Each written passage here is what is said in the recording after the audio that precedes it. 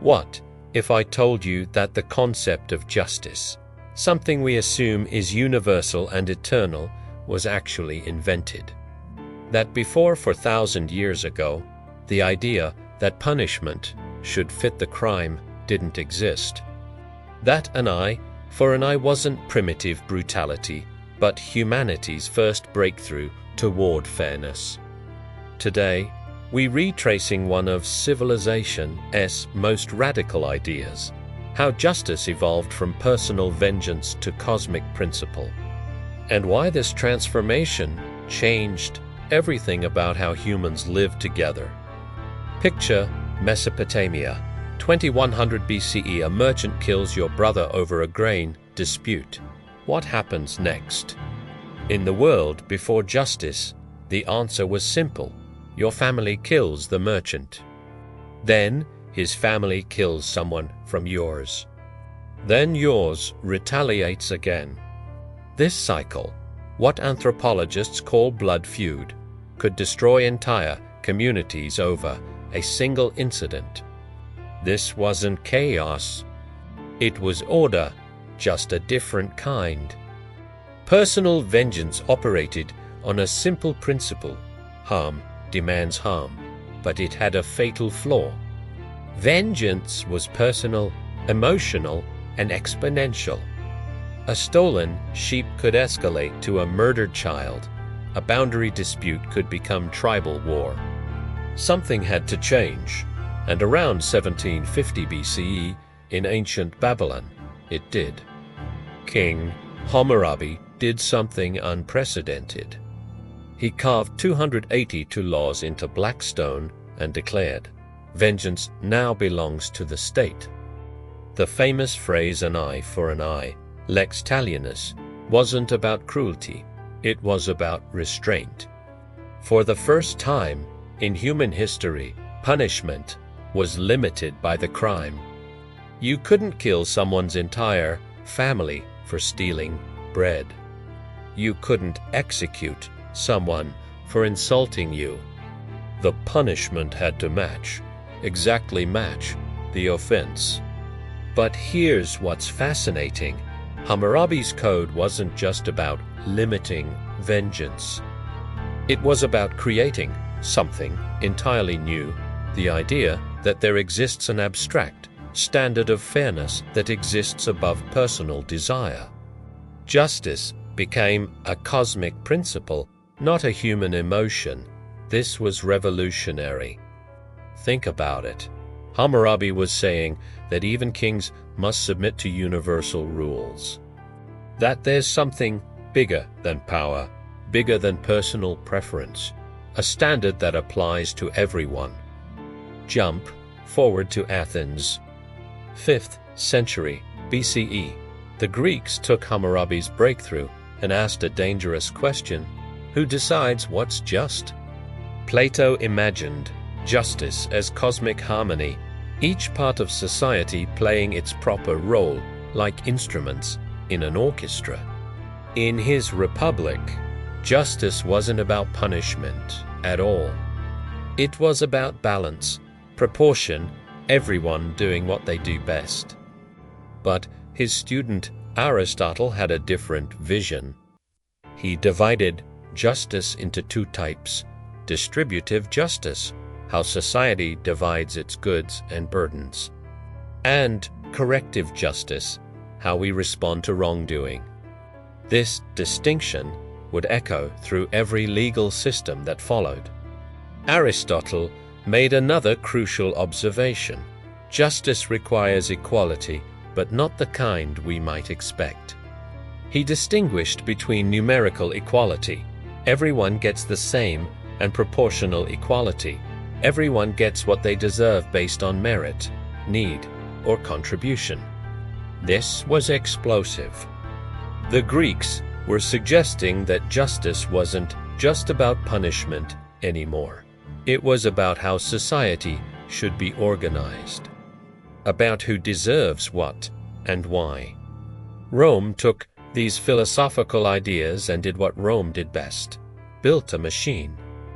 Roman law, starting with the 12 tables in for 50 BCE, created something unprecedented, a systematic, written legal code that applied to all citizens. But Rome's genius wasn't just organization, it was the concept of legal personhood.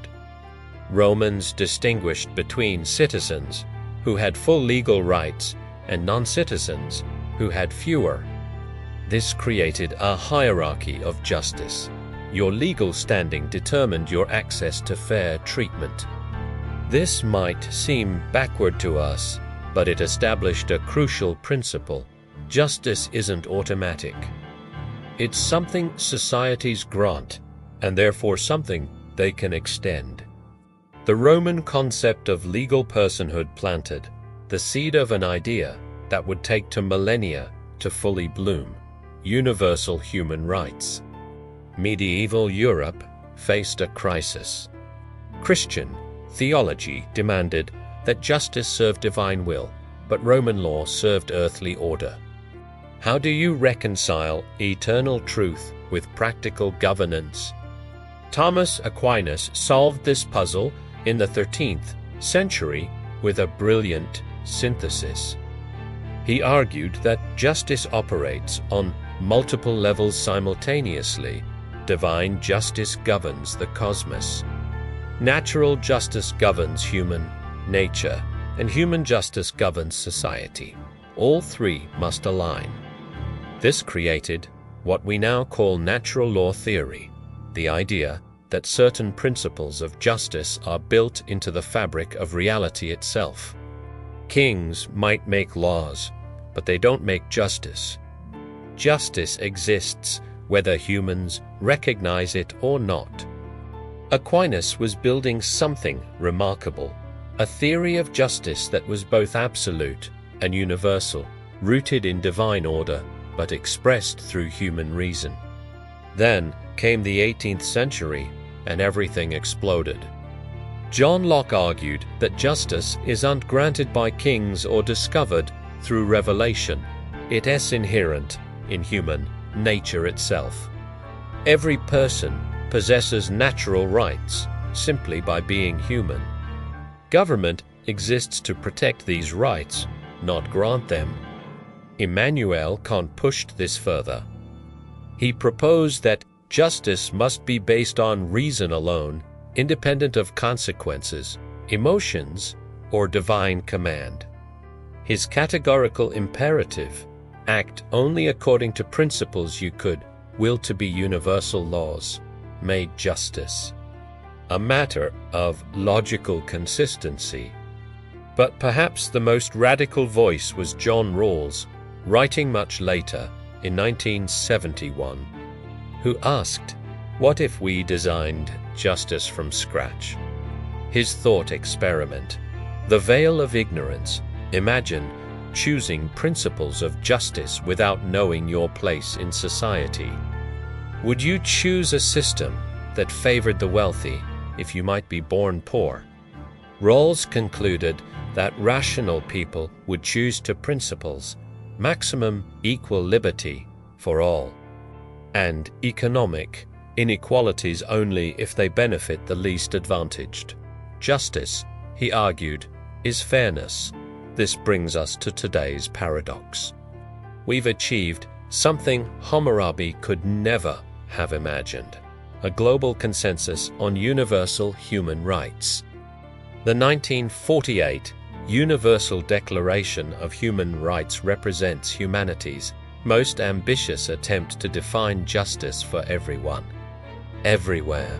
Yet we've also created new problems. If justice is universal, who enforces it? If rights are inherent, why do they depend on political systems to protect them? If everyone deserves equal treatment, how do we handle cultural differences about what justice means? Consider these modern dilemmas. Is it just to prioritize climate action over economic development when the poor need jobs today? Is restorative justice healing rather than punishment, more just than retributive justice? Can artificial intelligence make judicial decisions fairly, or does justice require human judgment? We're facing the same question every generation has confronted.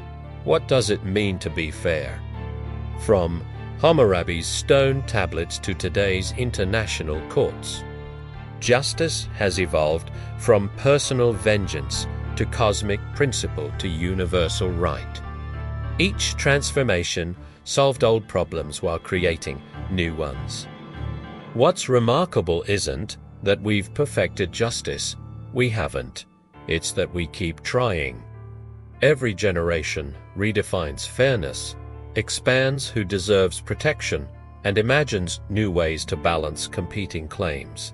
The ancient quest continues. In our debates about AI bias, climate justice, and global inequality, we're still wrestling with Hammurabi's insight. There exists a standard higher than power, more important than preference. Perhaps justice isn't something we achieve, but something we approach, an endless conversation about who we are and who we want to become. If you enjoyed exploring this idea, subscribe for more echoes of the past that shape our present.